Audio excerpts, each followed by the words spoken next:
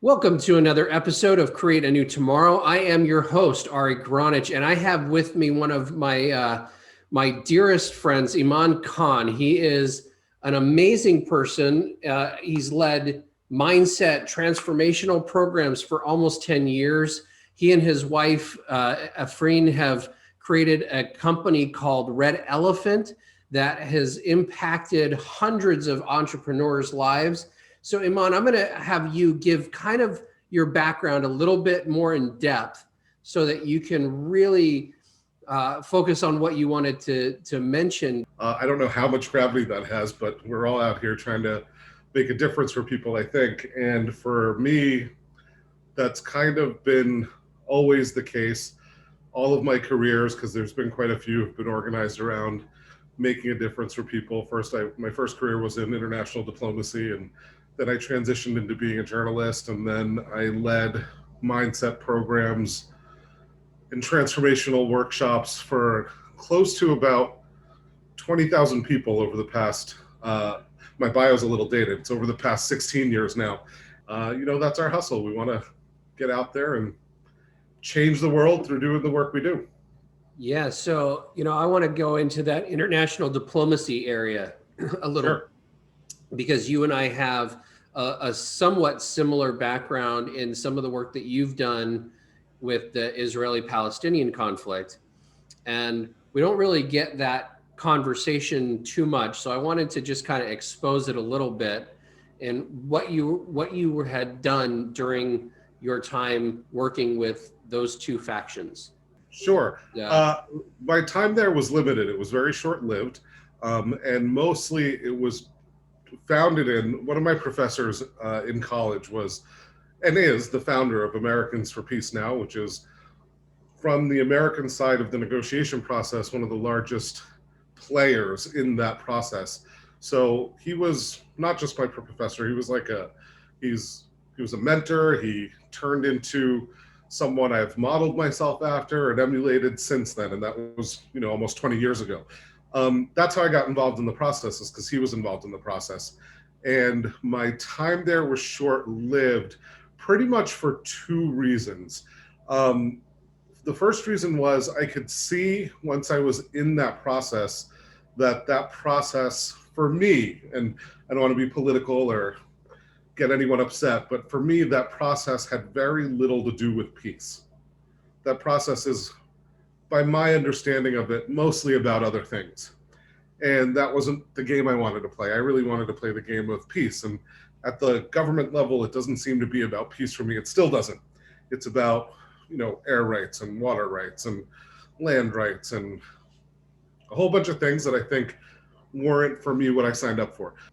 Absolutely. So, for me, I used to have a roommate who was a Palestinian Muslim woman, and she was like my sister. I'm a Jewish male, right? So not necessarily what you would consider to be, what most people would consider to be compatible roommates and friends, but she was basically like a sister to me. Yeah.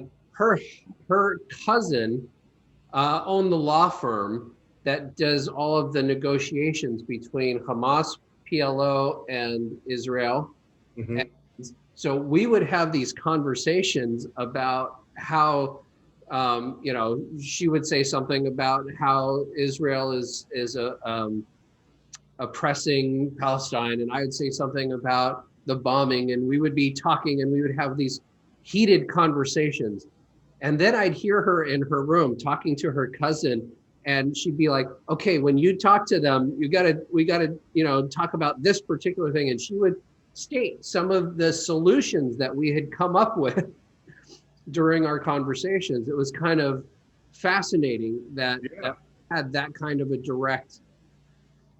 Yeah, I get it. I mean, some of the best conversation, I think, when you're in open dialogue with people, and that's the thing. My professor's name was Mark Rosenblum, and that's the thing he really brought me into, was dialoguing with all different concerns and people from all over the spectrum. One of the groups that he had me in, we had a former member of Hitler's Youth in that group. And so having all those different perspectives and being able to look at a lot of different perspectives is, I think, what actually leads to understanding and leads to the promotion of things that end up leading to peace. I think there's a basic understanding in Israeli culture from all the Israelis I met that, and I mean in the citizenry, in the populace, that Palestinians are their brothers and their sisters, and among Israeli citizens, it's a different ball game for the most part than I think it is with the Israeli government. And I think those are definitely two different bodies of interest with two different sets of goals and milestones that they're looking to achieve. And I think when we talk about any nation and what's going on politically, we're always talking about the nation and the government and not talking about its citizens necessarily. But, I've met some of my closest friends, some of the people I've learned more from have been people who I was introduced to who are Israeli through this process.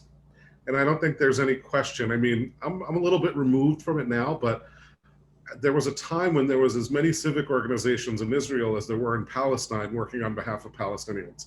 So I think that speaks to how the citizenry and the government aren't always necessarily walking the same path towards whatever they're looking to achieve. So let me ask you a question. If 80% or so of the country has a liberal way of being or a liberal mindset, what's going on in the country I mean, the last 30 to 50 years have been kind of hell on the country as far as being progressive, progressing in the world.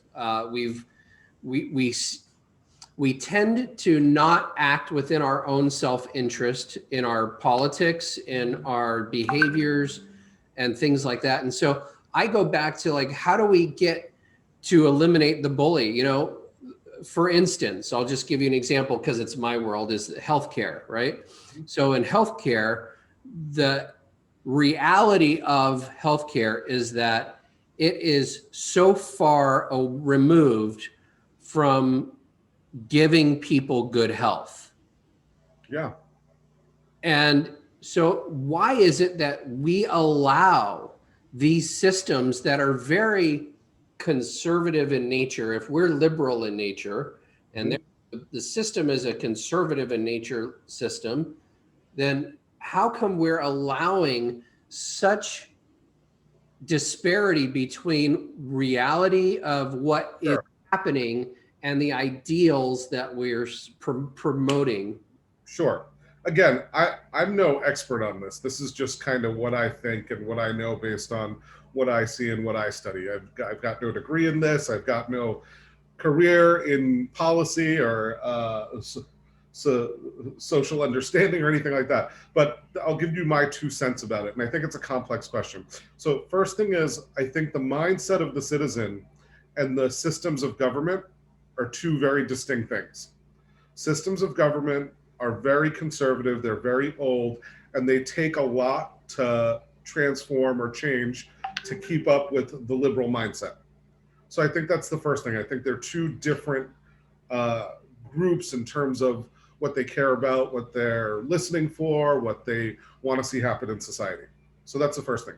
The second thing is the systems of government that are in place, we now know are in place in a way that empowers a very small percent of the population.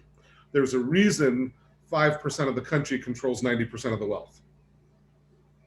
So I think the systems we have in place in government support, if not completely empower or enable that reality. So when you have that reality and most of a nation is poor, in debt, overworked, what happens is it's not like it was in the 1950s where people went to work from 9 to 5 and then they came home and they had this central family unit and they gathered around the dinner table and discussed the issues of the day and had the spare time to go be a part of civil society and go be civilians who voted and acted on behalf of the things they cared about. People now are working 12, 14 hours a day, 6 days a week. Those people are still surviving off of EBT. They're taking their EBT checks to the places where they work often. to the people that aren't paying them enough to not need EBT and spending those EBT checks at those very places to be able to eat. When you work 12 to 14 hours a day and you have one day off, that day off goes to laundry, paying bills, spending time with the kids if you have any time, or with family or whoever. The time is completely usurped by maintaining life. So people are fried. They're burnt out, and when they get home, being an active citizen, which is already stress inducing, is not the thing that they're going to want to do. I think the corporations know this. I think the people who wield the power and hoard the money know this, and they've created systems to keep people tired and to keep people unable to participate, unable to advocate for themselves. And then the people who do advocate, the people who step out of that and who actually go the extra mile and do the difficult work of advocating, the way social media's sort of grown, what it's grown into in the last 20 years, is that anybody can say anything about anyone and it doesn't need to be fact checked. You know, I was on a thread this morning that someone tagged me in about wearing a mask or not wearing a mask. And I know I don't want to debate that. There's a lot of discussion about that. But when someone asks someone else to cite their sources about why wearing a mask is a hoax, their sources are things that QAnon and YouTubers have put up. It's not data, it's not empirical data, it's not evidence, it's not numbers. It's my friend who I really trust who did a YouTube on this. My saying is a bully's best friend is the silence of its victims and the silence of others. And, you know, we see this every day in the playground at school with kid who's, you know, got 30 other kids in his class scared. And the 30 kids don't know that they could kind of band together and blow out that bully. And we've got 90% of a nation that is being ruled by about 1%, 1 to 5%. And we don't know, the 90% don't know that they have an option to get loud and say, no more, let's band it together, create a movement, create a stand. I would go a step further and say it's not even that they don't know, it's that they've been conditioned into believing that it's more risky to band together 30 kids to take on that one bully, and that there's less risk if you just join with the bully. If you join with the bully, you'll be safe. If you band together and fight the bully, that's a risk. So even though it defies logic, the safe bet that we've been conditioned to believe is to go with the system, go with the bully.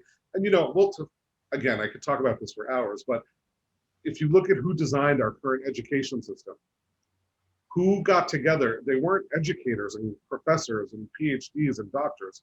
They were the barons of the 1920s and 30s and 40s who owned the big corporations and wanted our education system to groom employees. They didn't want our education to groom thinkers or innovators or entrepreneurs. They wanted our education system to put good, able-bodied thinking people into employeeship so that they could continue to grow their organizations and their corporations. And so we've had almost 100 years of this kind of acculturation. So I know it seems separate that like the guys who were inventing education, what does that have to do with the modern bully? But it's a mindset. It's the way we've been designed and acculturated to go with the bigger guy. And it's all over television. If you watch any reality TV, shows like Survivor, other shows where people have to strategize to vote someone out, people will never band together to get the bully out. They always side with the bully to get the protection of the bully. So we've been acculturated this way for quite some time. And, you know, depending on what you believe and what you don't believe, when you're acculturated this way for this many generations, it becomes part, you know, it's like fish to water. It's part of the air we breathe. It's just what is in society. Fish would never question that they need water surrounding them. Same way we don't question that you got to go with the bully to be safe. So then here's the question, because I watched the riots, I watched the protests happening recently. I was in the middle of the Rodney King riots, like having flaming trash cans thrown over my car. So yeah. I've been in the atmosphere of rioting and protesting, but as my buddy AJ has said, where are you today? Where you were there yesterday at the protest, but where are you today? What are you doing today to extend the reach beyond a protest, especially beyond a violent protest, into policy making, right?